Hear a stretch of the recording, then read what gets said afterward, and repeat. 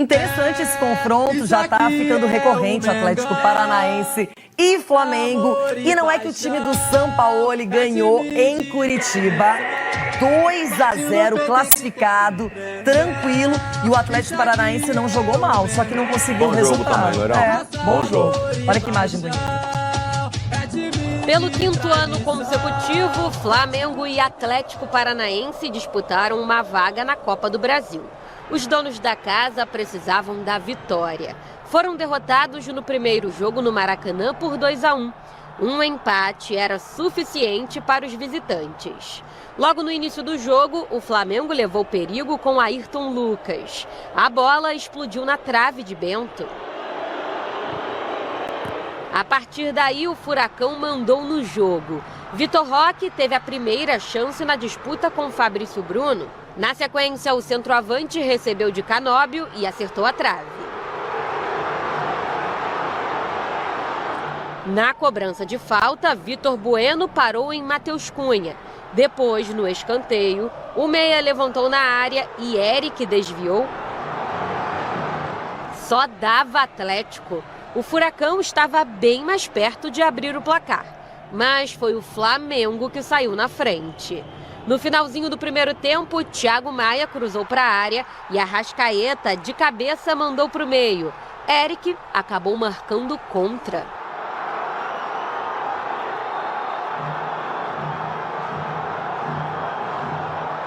Na comemoração, torcedores do Atlético jogaram objetos e até biscoitos nos jogadores do Flamengo. Gabigol aproveitou para degustar e provocar. Parece que estava bom, né? No segundo tempo, o Atlético se manteve com a mesma proposta. O Flamengo sofreu um pouco menos. Atuação positiva da dupla de zaga Fabrício Bruno e Davi Luiz. O uruguaio Canóbio fazia boa partida. Olha aí, passou fácil por Wesley. O goleiro Matheus Cunha ainda deu um susto nos flamenguistas. Quando Vitor Bueno chutou, o goleiro defendeu e soltou a bola, que ia entrando, até que ele se recuperou rápido. O sorrisinho foi de alívio. Aí veio o lance mais polêmico da noite. O Flamengo ampliava o jogo com Gabigol depois de receber um passe perfeito de Arrascaeta e driblar Bento. A arbitragem marcou impedimento. As linhas traçadas pelo VAR deram o que falar. Os jogadores do Flamengo reclamaram bastante. Sampaoli chegou a levar amarelo por reclamação. Só que a decisão de campo foi mantida. Depois disso, foram inúmeras chances do Atlético. Vitor Roque tentou chute cruzado. Teve confusão na área e finalização de Bueno. Coelho quase marcou um gol olímpico. A bola não entrava. No finalzinho do jogo, ainda teve tempo para 2 expulsões. Gerson e Thiago Heleno se estranharam em campo e foram advertidos. E aí, qual que é o critério que é usado? Se tem o VAR, se tem as pessoas que estão ali para auxiliar o árbitro ou os bandeirinhas,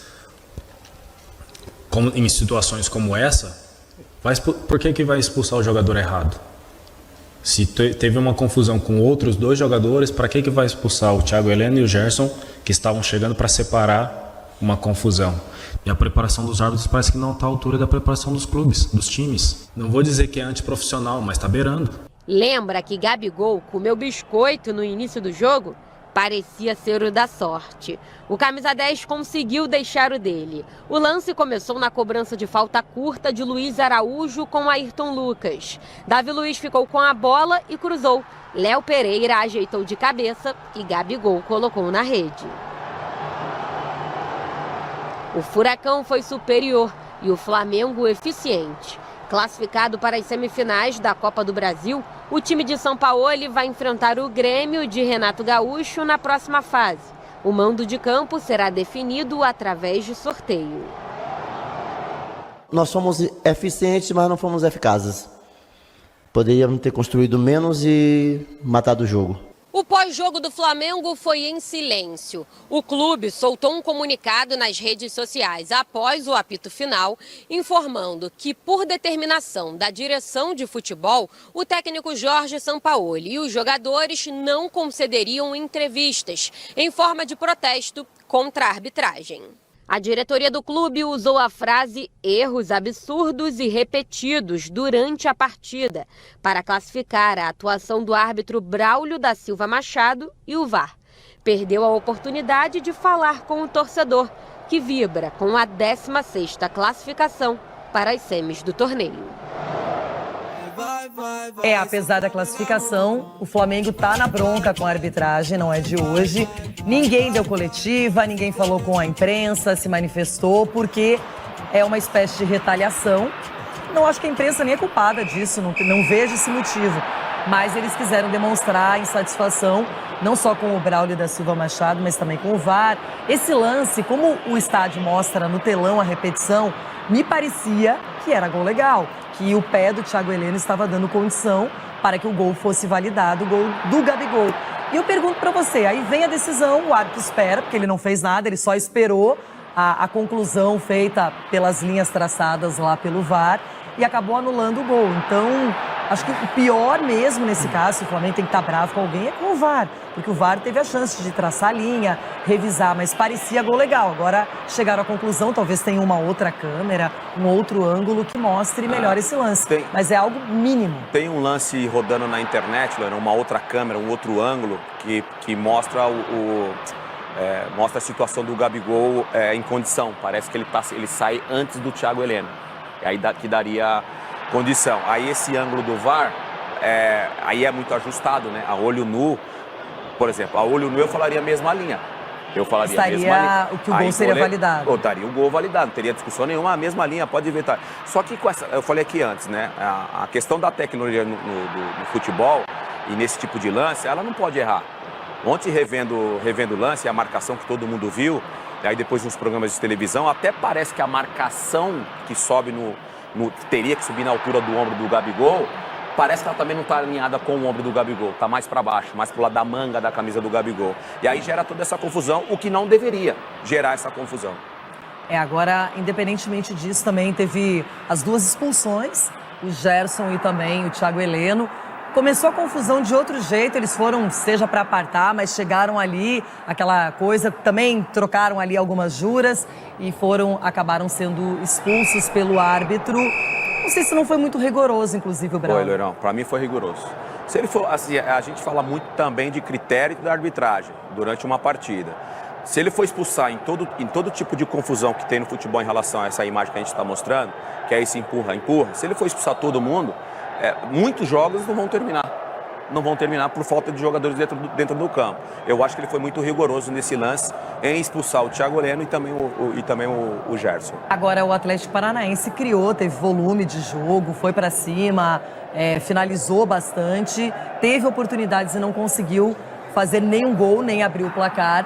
E a gente vê que o Flamengo, mesmo jogando fora dos seus domínios, fora do Rio de Janeiro, teve tranquilidade, suportou a pressão adversária, a pressão da torcida, que é um verdadeiro caldeirão sempre quando se joga em Curitiba. Não teve problemas com o gramado sintético e acabou fazendo um resultado até tranquilo de 2-0.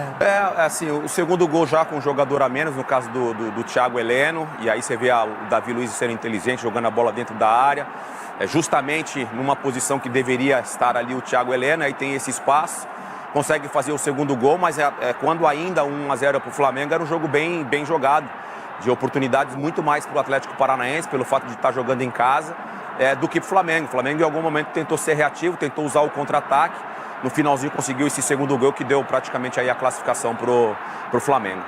E o Flamengo vem forte, é o atual campeão da Copa do Brasil, uma equipe que parece, Denilson, ter encontrado, inclusive, um melhor jeito de atuar comandado pelo Sampaoli. Hoje ele definiu, por exemplo, o Pulgar ali, dando uma cobertura para a zaga, não é tão exposta, toma muito poucos gols. E a gente vê um Flamengo que no ataque continua tendo a sua qualidade, do meio para frente é um time diferenciado. O São Paulo está conseguindo dar o padrão que todo mundo esperava, um time intenso, um time rápido do meio de campo para frente, com esses jogadores experientes tem a leitura de repente de acelerar mais o lance ou não, conduzir, ficar mais com a bola.